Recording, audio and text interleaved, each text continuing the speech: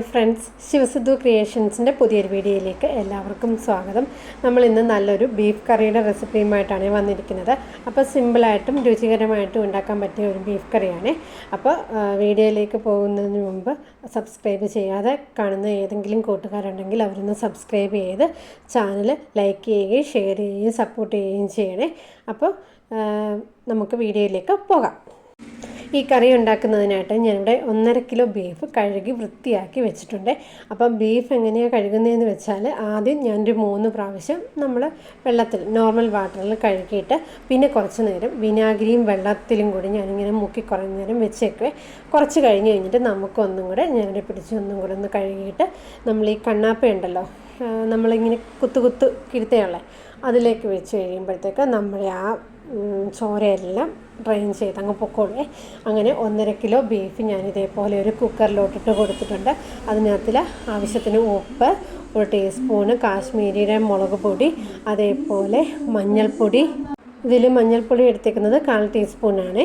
അതേപോലെ 1 ടീസ്പൂണ് മല്ലിപ്പൊടി, അതേപോലെ 1 ടീസ്പൂണ് ഗരം മസാല, എന്നിട്ട് ആവശ്യത്തിന് കറിവേപ്പില ഇട്ട് കൊടുത്തിട്ടുണ്ട്.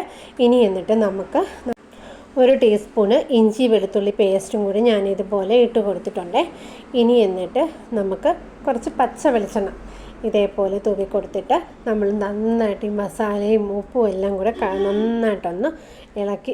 ഞാനത് കൈകൊണ്ടാണ് ഇളക്കുന്നത്. കൈകൊണ്ട് ഇളക്കിയാലേ എല്ലാ ഭാഗത്തും നമ്മുടെ മസാല പുരണ്ടിരിക്കത്തുള്ളൂ. ഒരു 10 മിനിറ്റ് ഈ മസാല ഇങ്ങനെ വെക്കണം. ധൃതി ഉണ്ടെങ്കിൽ നമുക്ക് കറി വെക്കാവുന്നതാണ്. വെച്ചിട്ട് നമുക്കിതേപോലെ ചെറിയൊരു ഗ്ലാസ്സിൽ 1 ഗ്ലാസ് വെള്ളവും കൂടെ ഒഴിച്ചിട്ട് ഞാനിതേപോലെ കുക്കറിൽ വേവിച്ചെടുത്തിട്ടുണ്ട്. ഒരു 6-7 വിസിൽ എനിക്ക് വേണ്ടി വന്നേ. എന്നിട്ട് കുക്കറ് വെള്ളം ഒഴിച്ച് ഇതേപോലെ വേവിച്ച് നമ്മളെടുത്തിട്ടുണ്ട്. ഇനി എന്നിട്ട് നമ്മൾ ഒരു ചീനച്ചട്ടിയിൽ ഇതേപോലെ വെളിച്ചെണ്ണ ഒഴിച്ച് കൊടുത്തിട്ടുണ്ട്. അതിലേക്ക് 4 സവാളയും ഒരു 10-12 കൊച്ചുള്ളിയും കൂടി അരിഞ്ഞെടുത്തിട്ടുണ്ട് ഞാൻ. അപ്പം സവാളയുടെയൊക്കെ ഓരോരുത്തർക്കും ചിലർക്ക് സവാള കുറച്ചിടുന്നതായിരിക്കും ഇഷ്ടം, ചിലർക്ക് കൂട്ടിയിടുന്നതായിരിക്കും. അപ്പം 4 സവാളയും ഞാൻ അതിൻ്റെ കൊച്ചുള്ളിയും കൂടി എടുത്തിട്ടുണ്ട്. അങ്ങനെ സവാളയ്ക്കകത്തിൽ ഞാൻ ഉപ്പിട്ടിട്ടാണ് ഒന്ന് വഴറ്റിയെടുത്തത്. അങ്ങനെ നന്നായിട്ട് വഴണ്ട് വരുമ്പോൾ നമുക്കതിലേക്ക് ഒരു വലിയ തക്കാളി ഇതേപോലെ കഷ്ണമായിട്ട് അരിഞ്ഞിട്ട് അതും കൂടി നമുക്കൊന്ന് ചേർത്ത് നന്നായിട്ടൊന്ന് വഴറ്റിയെടുക്കണേ. അപ്പോൾ ഈ തക്കാളിയൊക്കെ നമുക്ക് നന്നായിട്ട് വെന്ത് കിട്ടണം. അതിന് വേണ്ടി നന്നായിട്ട് ആ സവാളയ്ക്കകത്തിട്ടൊന്ന് മിക്സ് ചെയ്തിട്ട് നമ്മളിതേപോലെ ഒന്ന് അടച്ച് ഒരു 5 മിനിറ്റ് ഒന്ന് കുക്ക് ചെയ്തെടുക്കുകയാണെങ്കിൽ നമ്മുടെ തക്കാളിയെല്ലാം നല്ലതായിട്ട് വെന്ത് കിട്ടുവേ.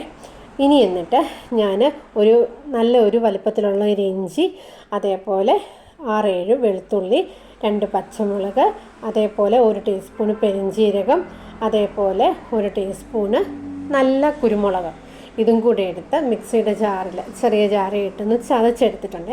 അതും കൂടി ഒന്ന് ചേർത്ത് കൊടുക്കണേ. എന്നിട്ട് അതും കൂടി ചേർത്ത് കൊടുത്തിട്ട് നന്നായിട്ട് നമുക്കിതൊന്ന് വഴട്ടിയെടുക്കണം. അപ്പോൾ ഈ സമയത്ത് നമ്മൾ ഇതുപോലെ ചതച്ചത് ചേർത്താൽ നമുക്കൊരു കാരണവശാലും അടി പിടിക്കത്തില്ലേ.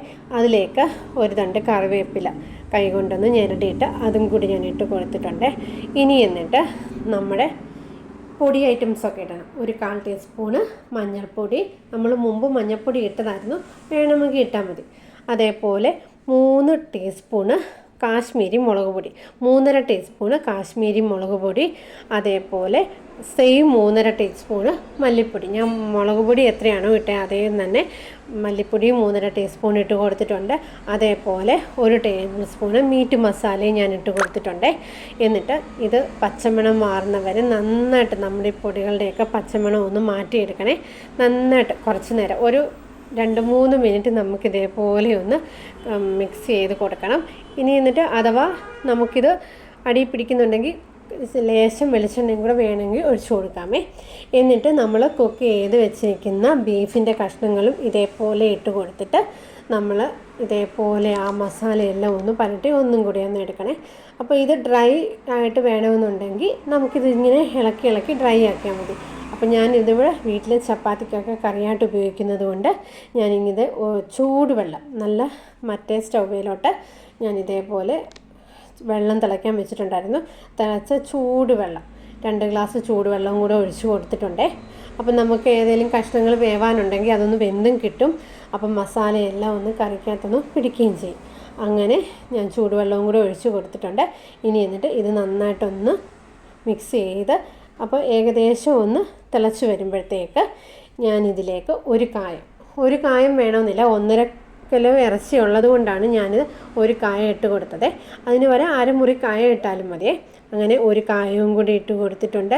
അതിൻ്റെ കൂടെ 1 ടീസ്പൂണ് കുരുമുളക് പൊടിച്ചത് അതും കൂടി ഇട്ട് കൊടുത്തിട്ടുണ്ട്.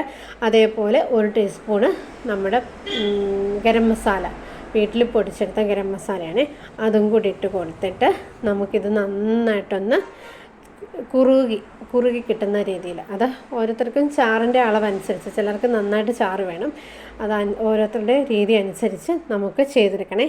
ഇതിലും ഡ്രൈ ആയിട്ട് എടുക്കണമെങ്കിൽ നമുക്കിതിലും ഡ്രൈ ആയിട്ട് എടുക്കാമേ. അപ്പോൾ ഇവിടെ ചാറ് വേണ്ടതുകൊണ്ട് ഞാൻ ഈ രീതിയിൽ ഞാനിത് അവസാനിപ്പിക്കുവാണേ. ഇതിൽ എണ്ണ താളിക്കണമെന്നുണ്ടെങ്കിൽ നമുക്ക് കടുകും ചുവന്നുള്ളിയും കറിവേപ്പിലയും കൂടി ഇട്ട് താളിച്ച് നമുക്ക് ചേർക്കാവുന്നതാണ്. ഇപ്പോൾ പക്ഷേ ഞാൻ താളിക്കുന്നില്ല, അപ്പം ഞാൻ ഇതുകൊണ്ട് നിർത്തുവാണേ. അപ്പോൾ ഈ വീഡിയോ കണ്ടിട്ട് ഇഷ്ടപ്പെട്ടാൽ ലൈക്ക് ചെയ്യുക, ഷെയർ ചെയ്യുക, സബ്സ്ക്രൈബ് ചെയ്യുക. അതേപോലെ അടുത്ത റെസിപ്പി കാണുന്നവരെ ബൈ.